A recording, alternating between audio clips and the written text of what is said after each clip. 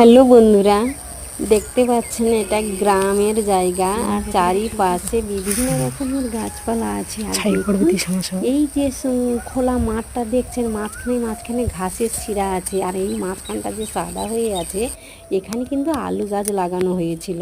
আলু গাছ তো তোলা হয়ে গেছে। আর এই সোজাটা দেখতে পাচ্ছেন, এগুলো শাকের বাড়ি।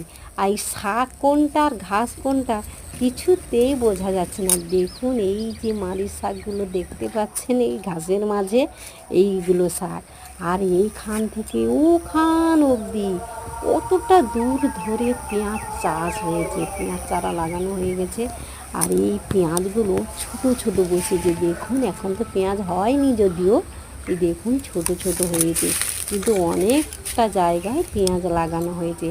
এটা তো বাড়ির চাষ হয়, আর এই চাষ করে আমাদের কিন্তু এই সংসারে কাজে লাগে, কেনা না করে খেতে হয় না। আর দেখুন চারিপাশটা অনেকটা দূর পেঁয়াজ লাগানো হয়েছে। তোমাদের কেমন লাগছে বন্ধুরা, তোমরা কিন্তু কমেন্ট করে জানাবে। আর যদি ভালো লেগে থাকে লাইক করে শেয়ার করবে। এখন রাখছি, টাটা।